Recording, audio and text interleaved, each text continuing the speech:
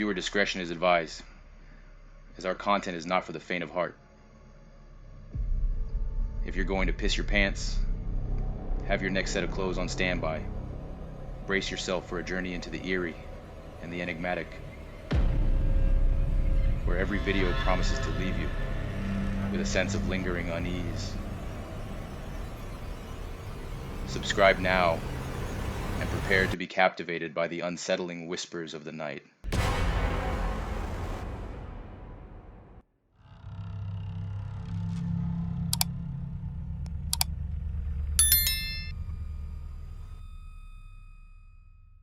It was my first day working the night shift at the convenience store. I'd always been a night owl, so I thought this job would be perfect for me. Little did I know the darkness held something far more sinister than I could ever have imagined. The store was quiet, bathed in the eerie glow of the fluorescent lights. The hum of the refrigerators and the occasional flicker of a neon sign were the only sounds that accompanied me. The clock ticked away the minutes, and as the night deepened, I began to feel a sense of unease settling in my chest. Around midnight, a local customer walked in, a tall man with weary eyes and a hushed demeanor. He browsed the aisles, occasionally glancing over his shoulder as if expecting something to jump out at him. Finally, he approached the counter, his eyes locking onto mine. "You're new here, ain't you?" he asked, his voice barely above a whisper. I nodded, offering a polite smile. "Yeah, it's my first night." The man's gaze grew more intense, and he leaned in closer. "Have they told you about the whispering ghost?" I chuckled nervously, assuming he was playing a prank on the new guy. "Whispering ghost?" "No, they didn't mention that in the job interview." He shook his head, his expression dead serious. "It ain't no joke, son. This place, it's haunted. Every night when the clock strikes 3:33 a.m., you'll hear it. Faint at first, like a breeze rustling through the shelves. Then it gets closer, like a whisper in your ear, cold and sending shivers down your spine." I raised an eyebrow, both intrigued and unnerved by his tale. "You can't be serious." He leaned even closer, his breath icy against my skin. "I've seen things in this store, shadowy figures, items flying off the shelves, and that whisper, God, that whisper. They say it's the ghost of a clerk who died on the job years ago. He's trapped here, roaming the aisles for eternity."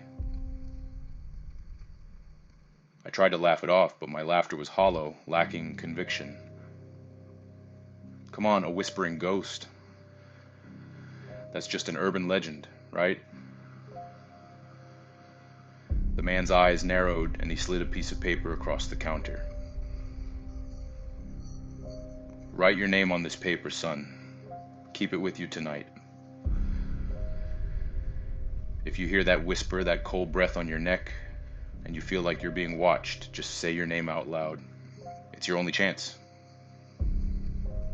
I hesitated, my skepticism warring with the dread that was beginning to take hold.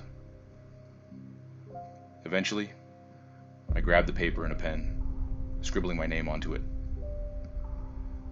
The man nodded in approval, then quickly left the store, disappearing into the night. As the hours ticked away, I tried to distract myself with mundane tasks, restocking shelves, cleaning the counters, anything to keep my mind off the unsettling tale. But the atmosphere grew thicker, the air colder, and the shadows seemed to dance at the edges of my vision. Finally, 3:33 a.m. arrived, and a chill ran down my spine. I could feel my heart pounding in my chest as I stared at the paper with my name on it.